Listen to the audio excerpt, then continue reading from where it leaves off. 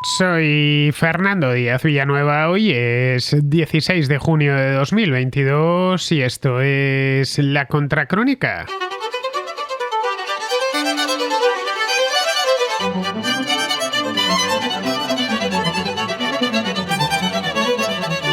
La salvaguarda irlandesa, es decir, el protocolo de Irlanda del Norte, ha resucitado el Brexit y los problemas entre el Reino Unido y la Unión Europea.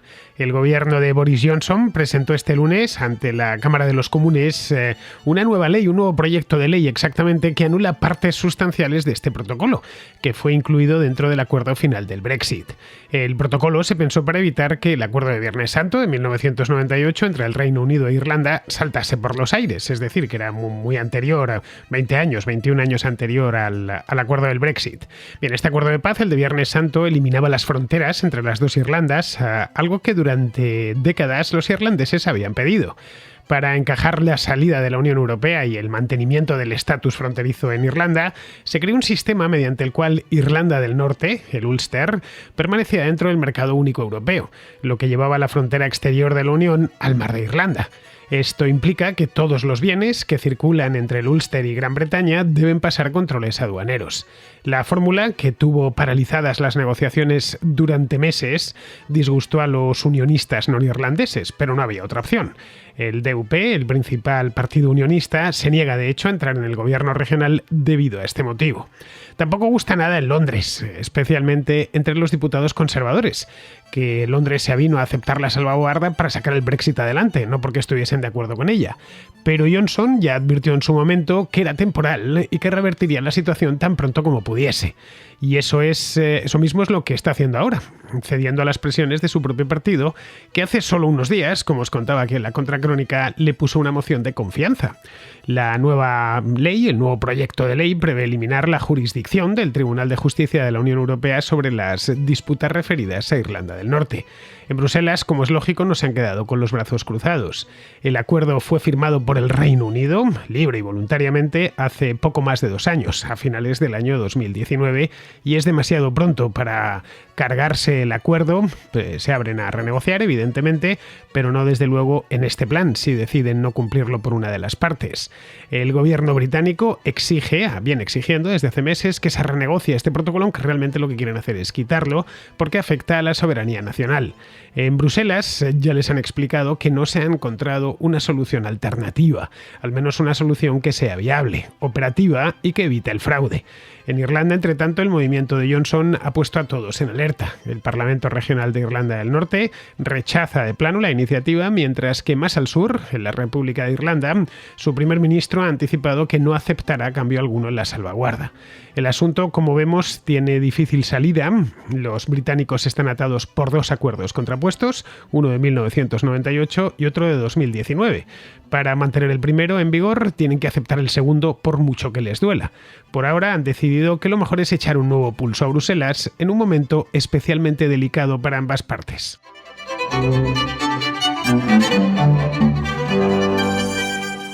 No es la primera vez que la salvaguarda irlandesa pasa por la Contracrónica. Ha pasado por aquí ya en varias ocasiones. La primera, he ido a buscarlo en el archivo, fue a principios de 2018, en febrero concretamente, a primeros de febrero de 2018.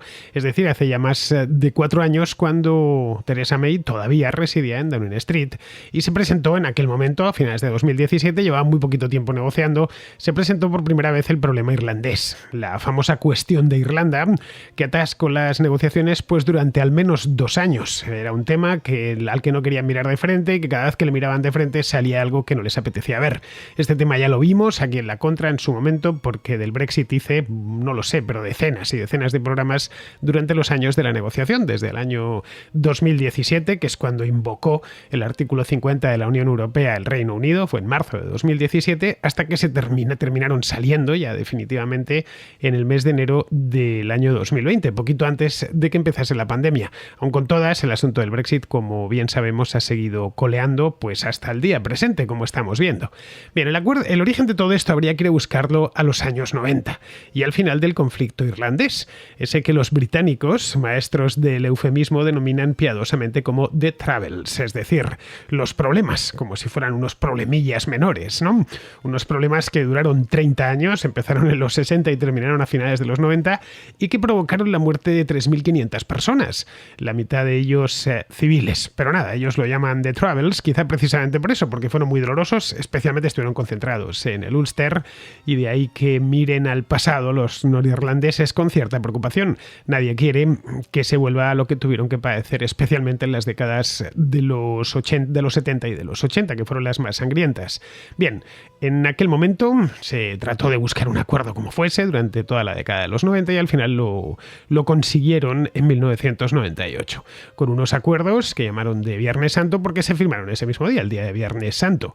Aquellos acuerdos hicieron desaparecer formalmente la frontera entre las dos Irlandas. De facto ya había desaparecido en el 98. Llevaba 5 años totalmente fuera, ya no existía, había desaparecido en el año 1993. Pero aquel acuerdo ponía punto y final a todos los troubles, a todos los problemas, al conflicto y además dejaba por escrito que esa frontera siempre tendría que permanecer abierta.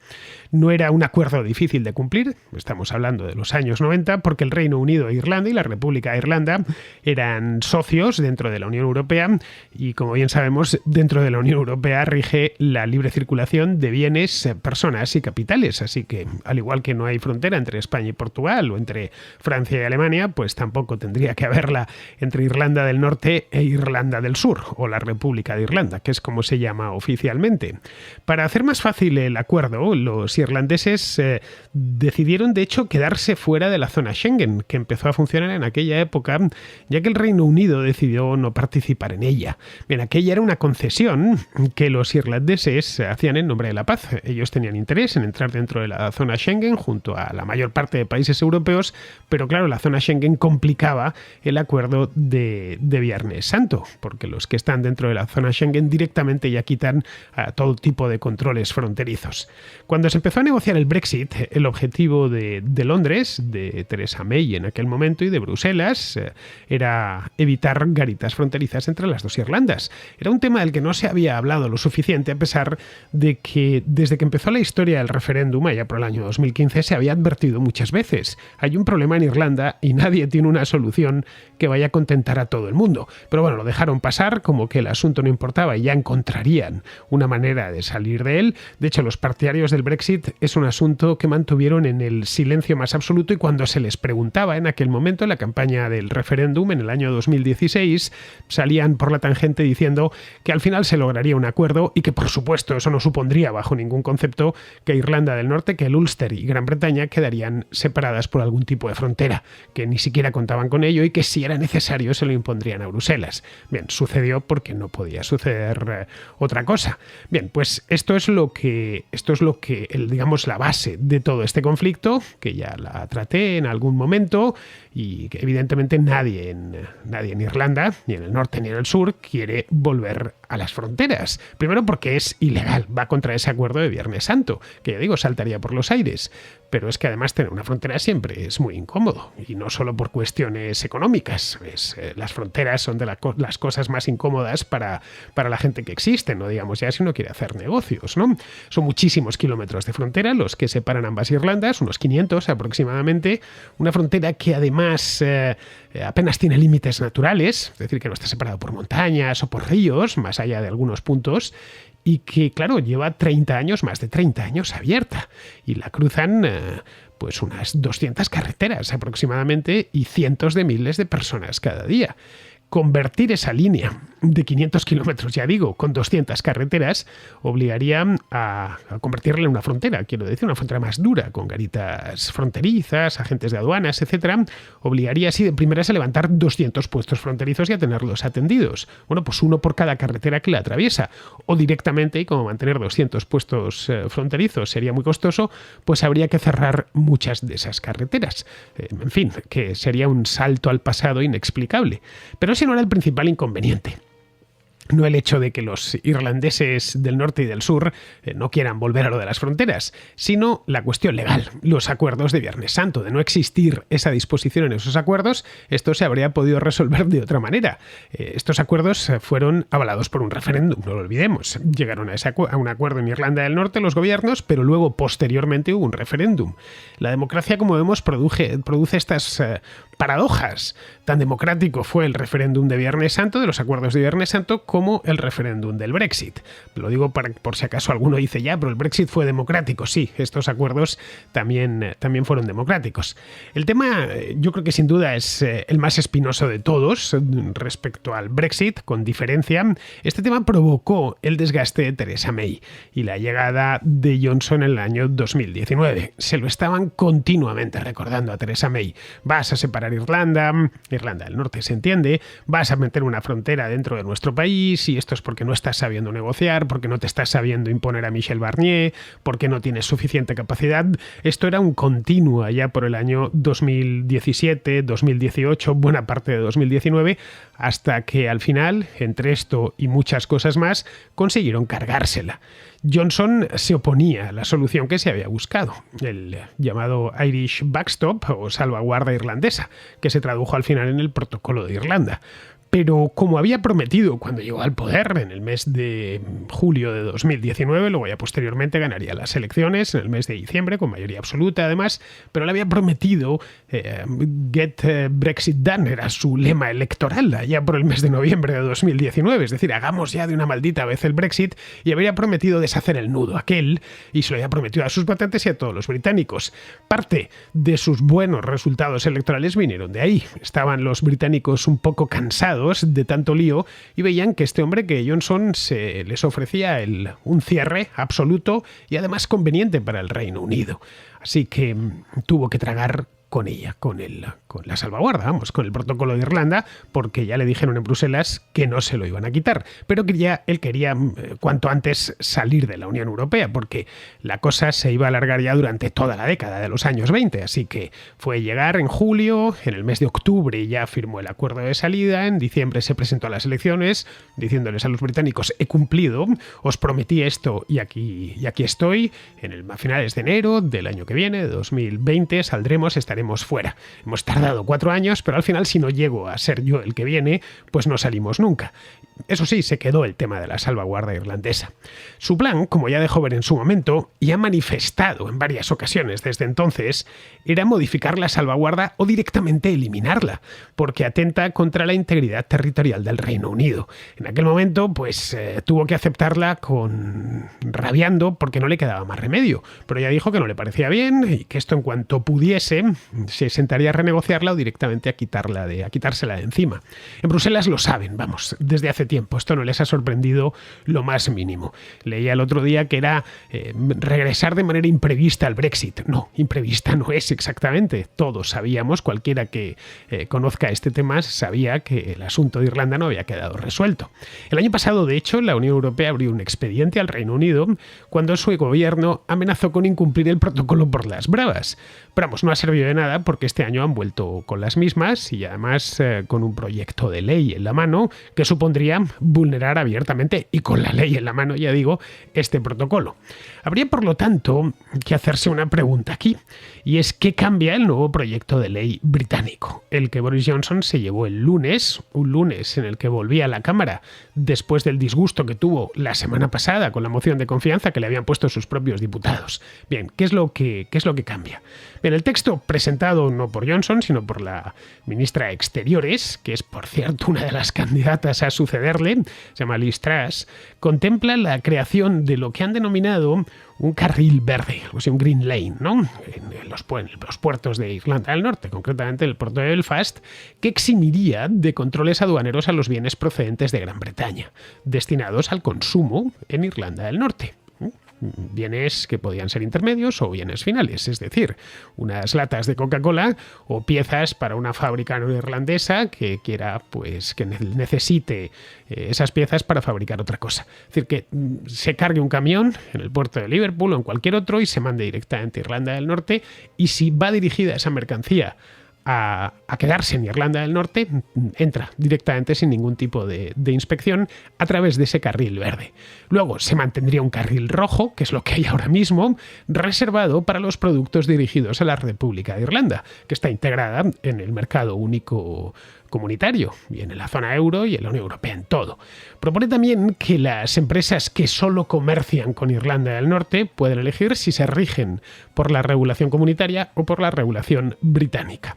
Curiosamente, el principal argumento del gobierno de Boris Johnson para justificar la ley es que con la aplicación actual del protocolo se menoscaba el acuerdo de Viernes Santo, al impedir la formación de un gobierno compartido entre unionistas y republicanos, que era otra de los puntos del acuerdo. Esto lo estipulaba por escrito el acuerdo, que tenía que haber gobiernos bipartitos. Ganase quien ganase, al final tenían que ponerse de acuerdo para que todos los norirlandeses se sintiesen representados. Y así ha funcionado desde entonces. El gobierno entre unionistas y republicanos, que existió hasta este mismo año, hasta el mes de febrero, dejó de estar formado por los unionistas porque Paul Givan, que es del DUP, del Partido Democrático Unionista, que ejercía de primer ministro en coalición con Michelle O'Neill del Sinn Féin, dimitió en señal de protesta precisamente por el protocolo de Irlanda. En mayo hubo elecciones regionales y el DUP perdió 3 escaños y le dio la victoria al Sinn Féin. Una victoria, por cierto, muy simbólica porque es la primera vez que el Sinn Féin gana en Irlanda del Norte, al menos desde que se celebran elecciones regionales allí. Como vemos, todo ha venido de golpe. Perder las elecciones en Irlanda del Norte, esto creo que fue las elecciones la primera semana de mayo, el 5 de mayo, si mal no recuerdo, y la moción de confianza de la que os hablaba este lunes. Para todas estas cosas han llegado de golpe para que Johnson ponga en marcha el asunto de nuevo, esto del protocolo irlandés, ocasionando una nueva crisis para su gobierno, de la que, por cierto, como siempre sucede con Boris Johnson, espera salir bien librado.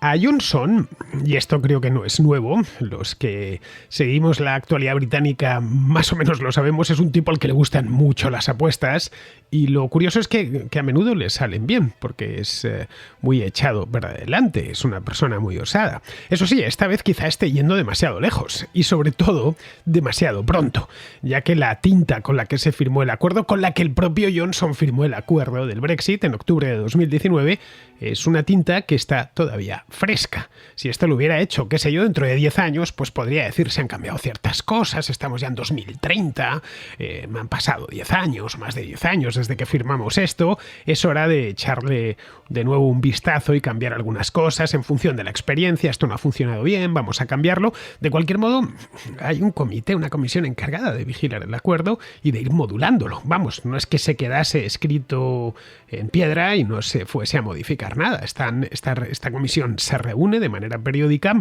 para ver cómo se está implementando ese acuerdo. Pero bueno, que es demasiado pronto si se quiere tirar por completo ya una de las partes fundamentales del acuerdo del Brexit, entre otras cosas porque involucra a un país miembro, y además a un país miembro ejemplar, como es la República de Irlanda, que son los que más enfadados están con este tema.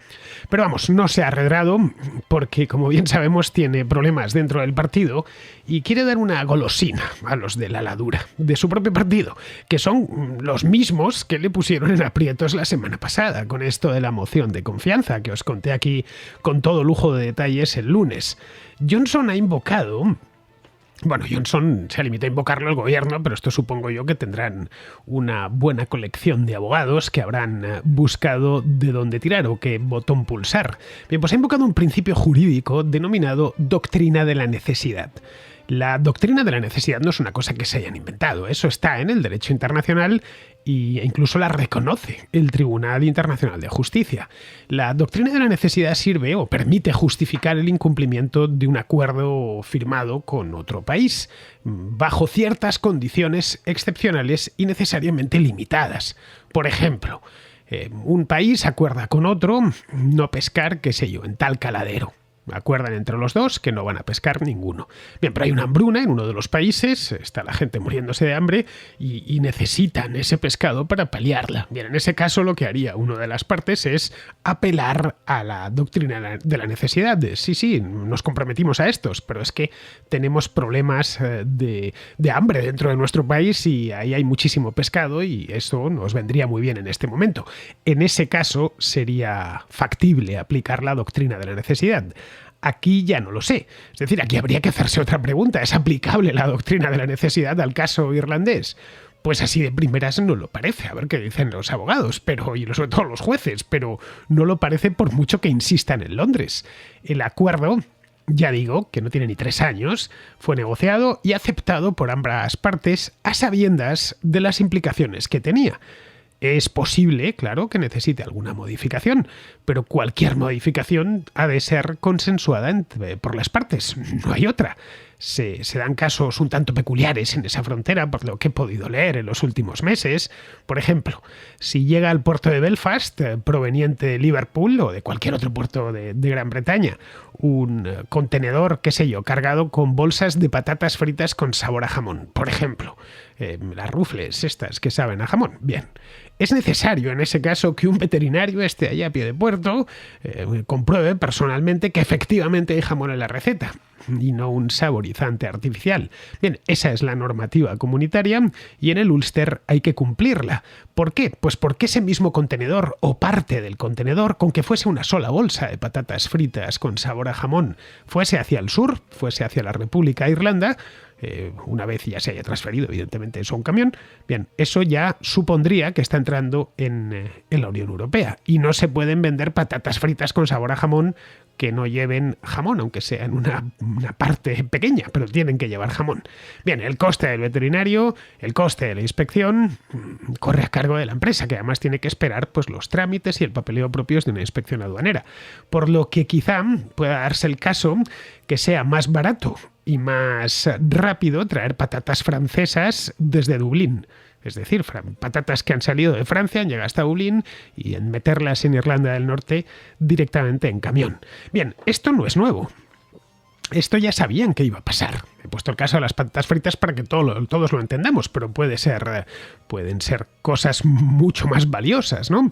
Y este era uno de los costes del Brexit que se conocían, como os decía antes, que se conocían mucho antes de que se planteasen siquiera hacer el referéndum. Cada vez que se hablaba, porque esto del Brexit empezó como un planteamiento meramente teórico, que se veían artículos y demás, y si el Reino Unido se fuese, ¿cómo habría que hacerse? Del Brexit le pusieron el nombre más tarde, pero de la salida de la Unión Europea del Reino Unido se viene hablando desde hace, pues no lo sé yo, pero la primera vez que yo leí sobre esto debió ser hace más de 10 años, tranquilamente, y se sabía que tenía esta derivada irlandesa y la solución a esta derivada podía ser una salvaguarda como la que se ha terminado imponiendo. Claro, a partir de aquí, tirar por la borda el acuerdo es contraproducente y además arruina la reputación del país que rechaza lo que ha firmado libre y voluntariamente 2 años antes y que lo rechaza además sobre unas bases legales un tanto endebles y difícilmente defendibles ante un tribunal. Porque claro, aquí de nuevo la pregunta: ¿cuál es la necesidad imperiosa que tiene el Reino Unido para abrogar unilateralmente este acuerdo? Después de esto, si realmente lo hacen, nadie querrá acordar nada con los británicos, porque en cualquier momento se valdrán de una argucia legal para violar ese mismo acuerdo. La reputación es importantísima, tanto a escala individual como de una empresa, de un país. La reputación es como el honor, vamos, una vez perdido ya es muy difícil de recuperar, si es que alguna vez se recupera. Pero es que además de hacer añicos la reputación internacional del país, que ya digo es algo importantísimo, es contraproducente. Johnson dice que él simplemente quiere renegociar la salvaguarda, pero las negociaciones prosperan cuando hay buena fe por ambas partes. Nada más. Si una de las partes se pone brava y amenaza con romper la baraja de forma un tanto temeraria como esta, la posición de la otra se va a endurecer siempre. Bien, eso ya lo han conseguido.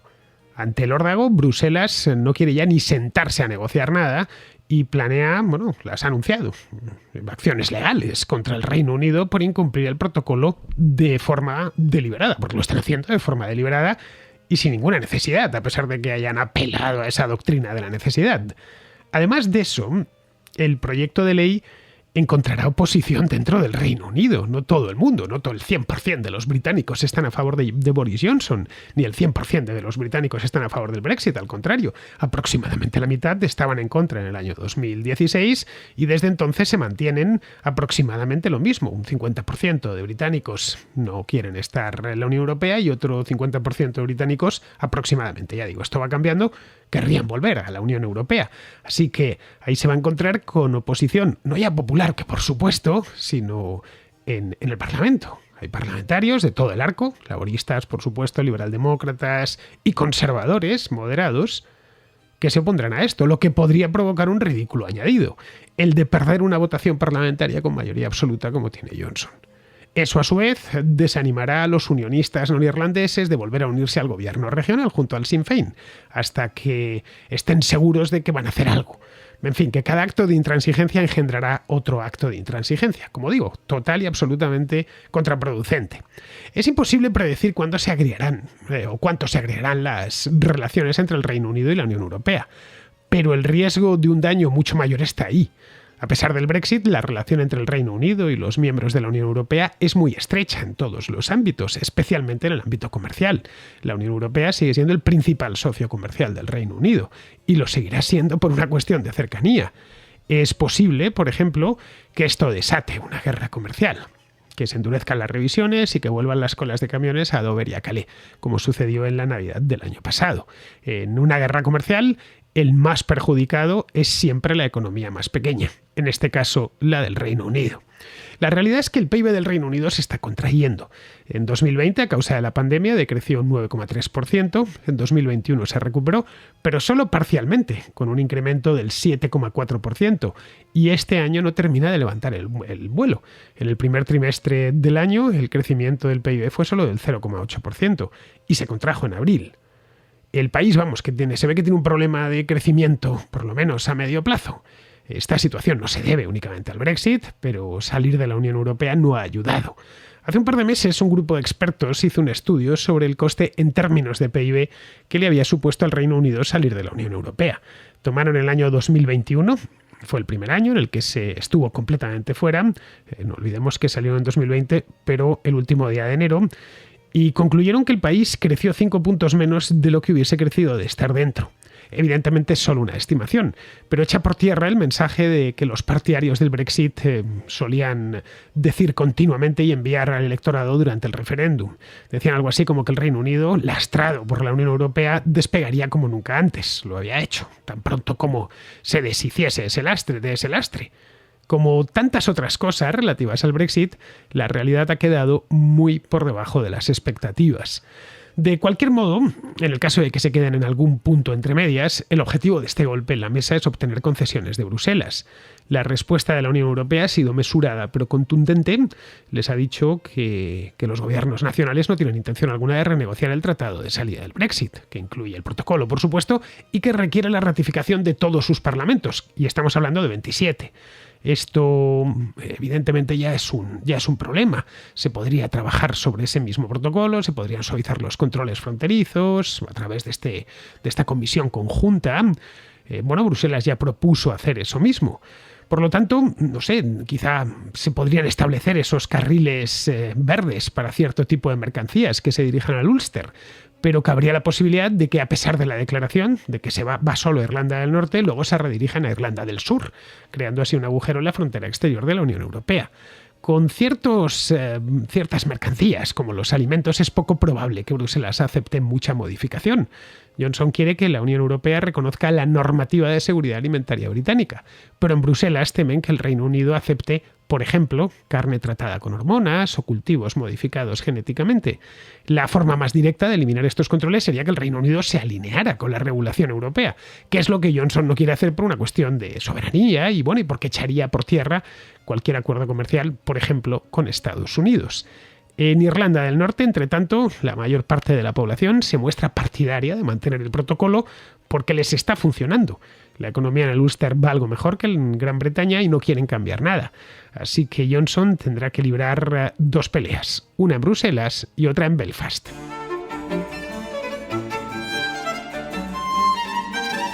Vamos con la contrarréplica. Empezamos con Gonzalo de Santander, que nos hace una reflexión sobre el mundo de habla hispana y la productividad. Antes de nada, quisiera darte las gracias por este foro transatlántico de la contrarréplica que has construido para que preguntemos y opinemos. Quisiera hacer una reflexión crítica sobre cierto aspecto que creo observar en la forma de entender el mundo hispano. Paso a ello. Los humanos no tenemos un ecosistema. Nuestro ecosistema lo construimos nosotros al transformar la naturaleza en cultura, la que sea. Hay muchas. Ahora estamos viendo en Ucrania el choque entre lo que llamamos Occidente y lo que podríamos llamar cultura ruso-ortodoxa o de la Tercera Roma, Moscú.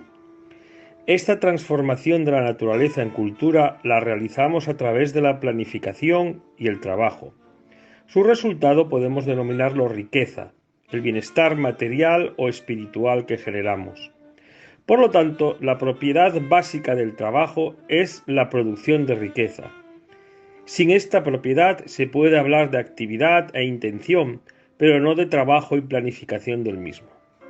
Pues bien, un problema de la cultura hispánica, en mi humilde opinión, frente a la anglosajona, que es la otra cultura en la que he vivido, es que demasiada poca gente entiende que para disfrutar de este bienestar no basta con ser activos, hay que ser productivos. De esta forma, en España nos preocupa mucho el desempleo, cuando debería preocuparnos la productividad. De nada sirve una persona que esté empleada si no trabaja, es decir, si no desempeña una actividad que produzca riqueza. Así las cosas, no es extraño que nos dejemos engañar con maquillajes de distinta índole de los datos de desempleo, o que nos baste con saber que aumentan los empleos públicos sin preguntarnos si esos empleos se pagarán con una parte de la riqueza que genera el propio desempeño del empleado o a través de impuestos, con la riqueza que genera el desempeño de otra persona.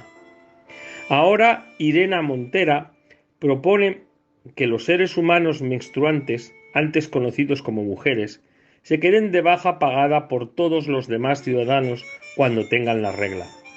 ¿Cuánta gente en nuestra sociedad se pregunta por el coste de esta improductividad? Es obvio que si la mitad de la población deja de ofrecer sus servicios a los demás, 3, 4, 5 días al mes, todos los meses, esto va a afectar gravemente al conjunto de la población, incluidas las mujeres. ¿Cuántas personas en España se preguntan por las consecuencias negativas de esta bajada en la producción de riqueza? Muchas gracias por dar salida a esta reflexión y por los comentarios sobre la misma que tú quieras aportar. Pues sí, Gonzalo, los seres humanos, en tanto que somos seres culturales, formamos comunidades de afinidad cultural.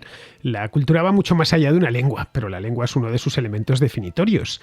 Los hispanos compartimos una lengua y eso nos permite mover ideas y formas de ver el mundo a gran velocidad y con gran eficacia.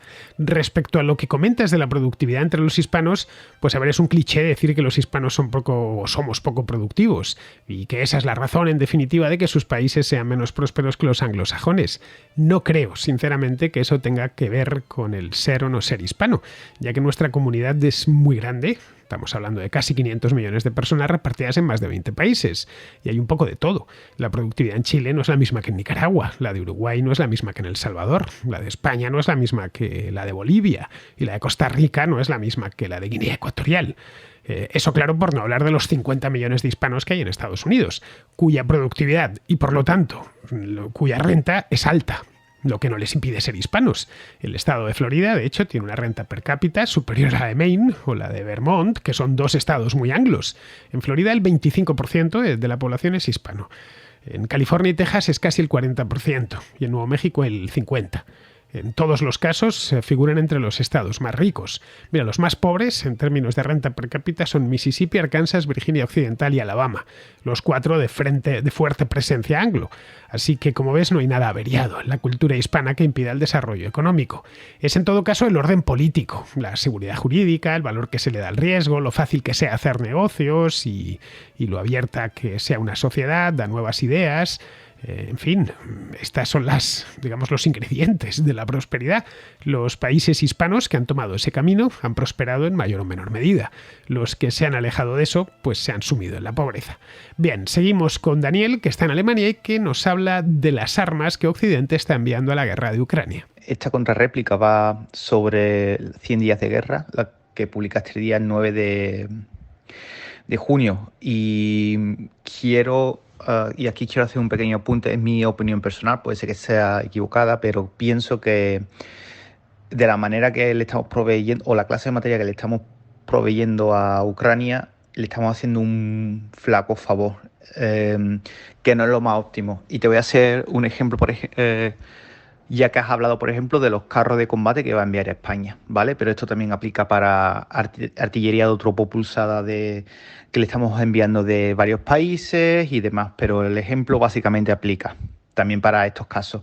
Vamos a centrarnos, por ejemplo, en el caso del Leopard.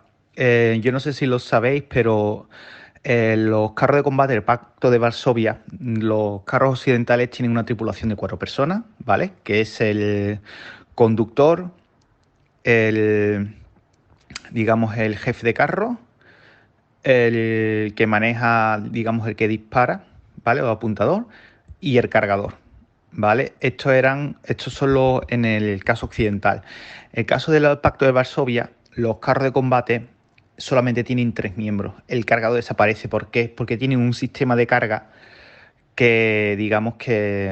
un cargador automático, ¿no? Que introduce los proyectiles en el cañón de manera automática y entonces simplemente pueden quitar un miembro de la tripulación. En el caso occidental, el cargador con sus propias manos tiene que agarrar el proyectil de la Santa Bárbara e introducirlo en el cañón, ¿vale? Claro, ya aquí tienes que formar a la tripulación para manejar no solamente técnicamente el carro, ¿vale? Pues porque puede diferir de los carros que ellos están acostumbrados, que son los T-72M y demás. Y aparte a funcionar de esta manera, porque aquí tiene que haber una sincronía entre el cargador, disparar, después volver a cargar, etcétera, ¿no? Esto es un punto, ¿vale? Esto en España se tardan meses para, instruir una tripulación y que puedan trabajar. Esto es lo primero. Después ahora vamos del punto de vista, de mantenimiento. ¿Cómo se van a mantener estos carros?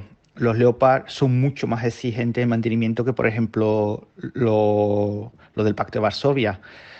Entonces, en este caso, una de dos. O también hay que instruir no sé cómo lo tendrán en España, son grupos logísticos, ¿vale? Y tienen mecánicos especialistas, pero entonces también tienes que instruir a estas personas para que puedan reparar el carro. O te lo traes de vuelta o envías personal occidental a que lo haga, pero yo esto no lo veo viable. Y después también el tema de logístico, de piezas y tal. Y claro, en este caso del Leopard, vale, vamos a suponer que solamente se envía este modelo de carros, pero imagínate de que se le envía el Leopard, se le envía el Challenger y demás. Ya te digo, yo creo que sería para ellos, te ahorrarías, en lo que es el coste de instruirlo, intentar de captar de varios países material de la era soviética, del Pacto de Varsovia, comprárselo y enviarlo a Ucrania. Yo creo que es lo más efectivo, porque sinceramente el batiburrillo que se le está enviando a Ucrania y demás, yo creo que en este caso le estamos haciendo este batiburrillo de material, le estamos haciendo un muy flaco favor. Pues no te sabría decir, Daniel, a un nivel tan de detalle no llego. Hace cosa de un mes, en un programa que hice sobre las armas que se están enviando a Ucrania, comentaba que lo ideal era que fuesen los países que habían pertenecido al Pacto de Varsovia, como Polonia, Eslovaquia o Rumanía, que aún conservan parte del arsenal soviético, los que deberían enviar sus acorazados, porque los ucranianos están familiarizados con ellos, los T-72, por ejemplo. El problema ahí es que las municiones y los recambios que emplean estas armas de origen soviético se tienen que importar de Rusia, cosa que hoy no es muy factible. Así que en algún momento tendrán que ir utilizando armamento occidental. Esto implica formar a las tripulaciones y preocuparse del mantenimiento. Ya sé que es algo que no se puede hacer en poco tiempo, pero no queda otra opción que ir anticipando planes en vista de que esto se alargue, que se está alargando. Bien, seguimos con Aitor, que nos trae una noticia mierder playera. Mira, te traigo una noticia mierder que acabo de encontrar y que me ha parecido bastante simpática.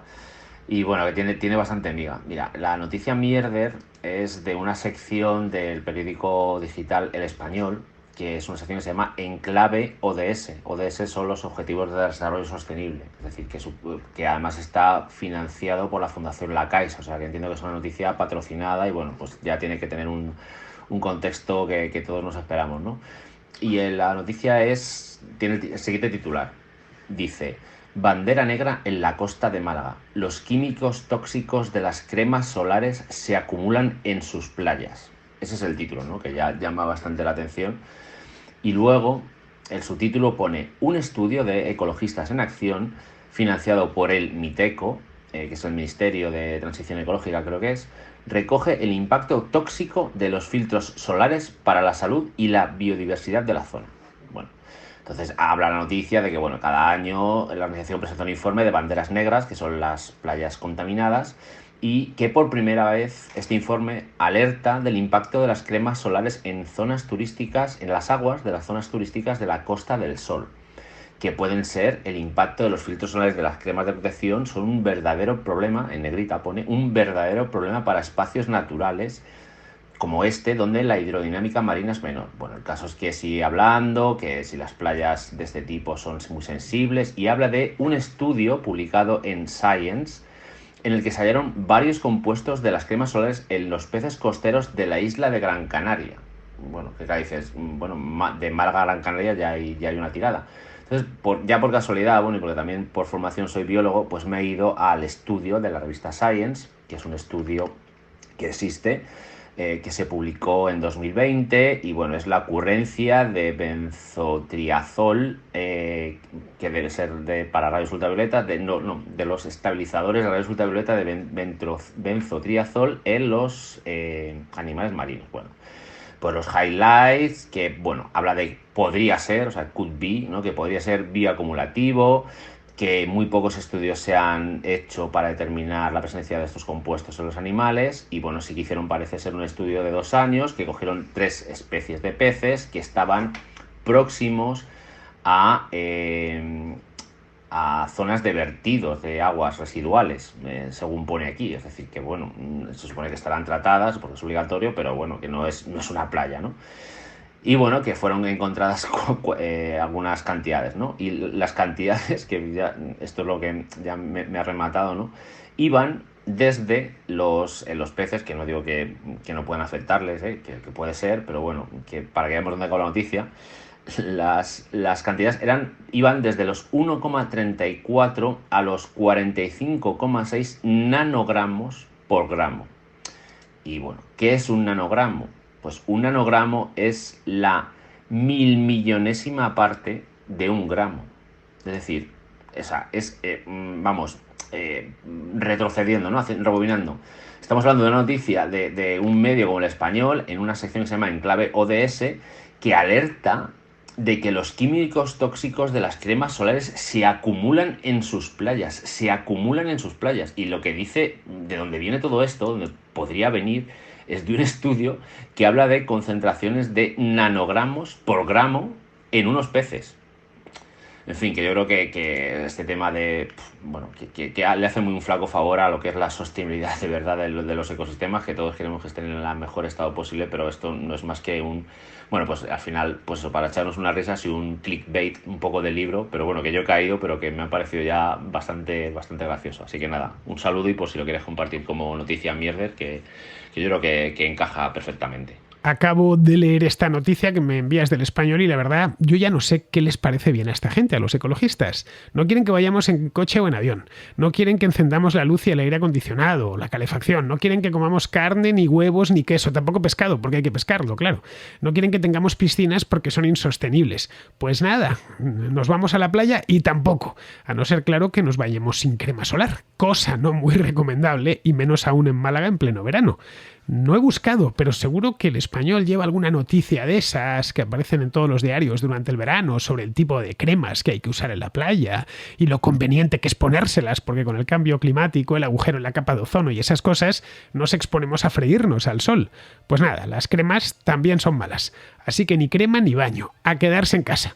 Bien, nosotros en casa o fuera de casa vamos a ir despidiéndonos, vamos con Pizarro, que nos habla del tema este de la inflación. Ahora que no hay dudas acerca de que la inflación es creciente y permanente, políticamente se trata de intentar corregirla y de eludir responsabilidades. Lo primero puede ser complejo, pero lo segundo tan solo es cuestión de echar mano del mejor amigo del político, un cabeza de turco. Los muñidores del problema son los encargados de gestionarlo, por lo que las expectativas de solución son las que son. Y para escurrir el bulto, de momento, el fregado ucraniano va haciendo de espantajo. Un cordial saludo de Pizarro. Y hasta aquí, queridos amigos, llega la contracrónica de hoy, que es jueves, lo que significa que mañana es viernes y tenemos contrahistoria. Una contrahistoria, os aviso ya, muy chula sobre un tema más chulo aún. Hasta mañana, amigos.